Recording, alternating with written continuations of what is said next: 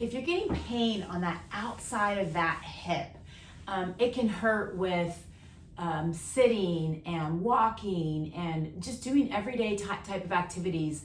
Typically you'll go to the doctor and they'll do like an MRI and they'll show like inflammation in this area, but they wanted to give you an injection and those just don't work. And you've been to so many different people and they only focus on the hip. And that's what we're going to be talking about today on some things that you can do to instantly kind of start taking this pain away. Now, there are other videos that we show on education on hip pain. We'll definitely put those in the description.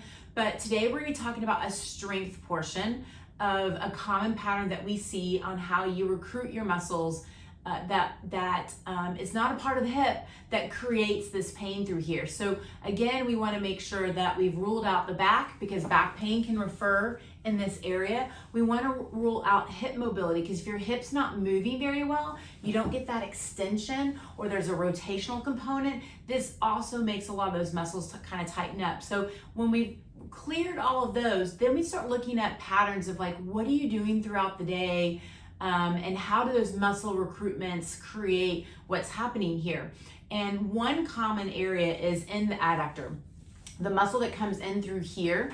And you'll see people, if they do this, they'll literally lean to the outside to like recruit through here as they're doing like a single leg squat. They may feel pain with squatting because they're really using the outside of their muscles and they're not getting the muscles in through here to fire. Really common to have pain through here when that is not working very well. So we're going to get into some exercises that you can do that are going to start working on recruitment through here so that these muscles can fire to take some of the pressure off of here. And again, we always say where the side of the pain is often not where the source of the problem is coming from. And this is just one of the sources. There's so many different patterns that we look for. We talk about patterns where the hip extensors don't really fire, and we've given you some exercises that can address that. And we've also given you exercises that will address the back. We've also given you exercises that will address the hip. So this is going to be addressing that other component in that adductor area. So one exercise, a lot of times that my patients can't even get that to recruit or fire.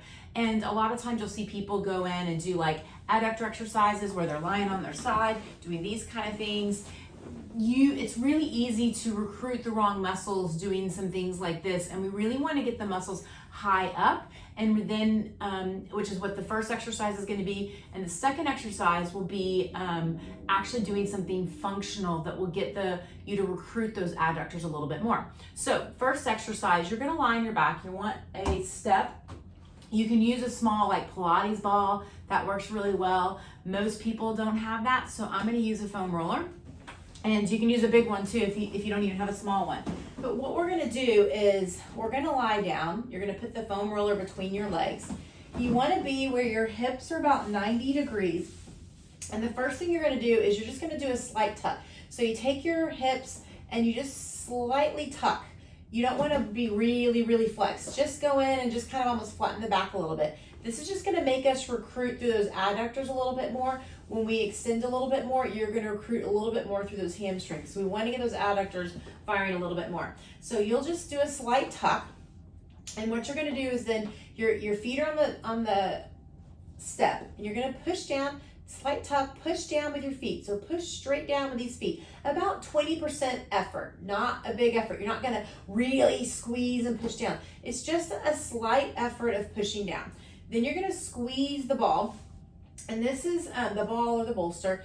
This is the next phase is we're basically shifting our hips. So if these are hips, we're trying to bring one hip up, one knee up toward the ceiling, and the other one is kind of pressing down into the table. It's a really small motion, so you really can't see me do it that much, but you're basically pushing, squeeze, pushing that knee up. So I'm pushing this knee up toward the ceiling. And what's happening is it's working the opposite hamstring. So if I do the other side, squeeze, tuck, push, squeeze, and then you're rotating your hips. It's almost like you're trying to, like my arm comes up and the other one comes down, and the other one comes up and that one goes down. That's kind of the motion. So it's very little, drive that knee up toward the ceiling on this leg, squeeze, drive the knee up on the other side. So again, the knee that's moving toward the ceiling, you're gonna get the opposite adductor firing. And these work those really small adductors that are actually like high up. That's what we're trying to get to start firing. They actually attach into that pelvis. Well, all the adductors do, but the really small ones are hard to fire. And so that's what we're doing. It takes away a lot of the pressure anywhere else. We kind of get a little bit of pressure that's going to be functional with our feet being pushed down onto the ground. So that's the first exercise. Do one side about 15, 20 times. Usually we tell our patients, we'd love for you to get up to 20, but if you get to the point where you can't feel it or your form's off, then go down to, like, let's say you did 11 of them, then the next round you're gonna do 9 of them. Do it on one side and then do it on the other side. Usually if there's one side, the side that we're having issues, the side that we're having pain, that adductor usually is a little bit weak. So that's one exercise that you can do that will help with improving that strength in that adductor area. The next one's gonna be a functional one. So, obviously we wanna get muscles firing individually, which is great, but they actually need to be firing with everything, but we have to feel it first. So this is an exercise that will help you feel it, help it start contracting, so that when we go to a functional exercise like this next one, you're gonna feel it as well. So again, you're gonna use a little bolster, and what we're gonna do is we are gonna put it up against the wall. I'm just gonna do it against this table for purposes of you being able to see it.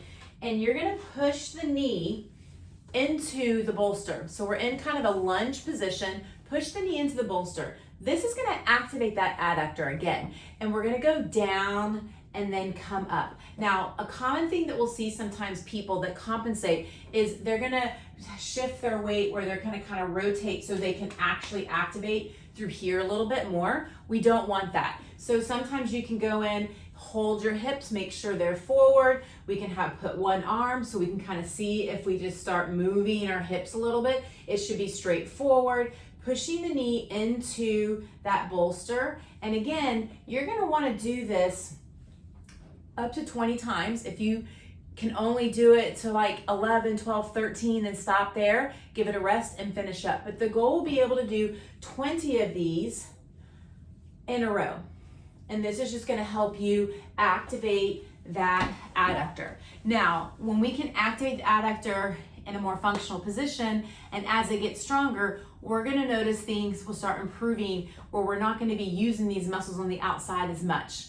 Because the other muscles are gonna be working the way they're supposed to be working, so it's gonna take pressure off that outside. So give these 2 exercises a try.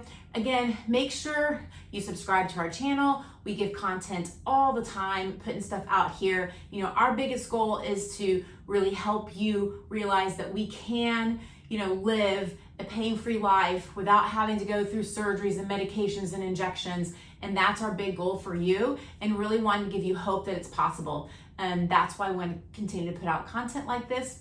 And we'll see you next time.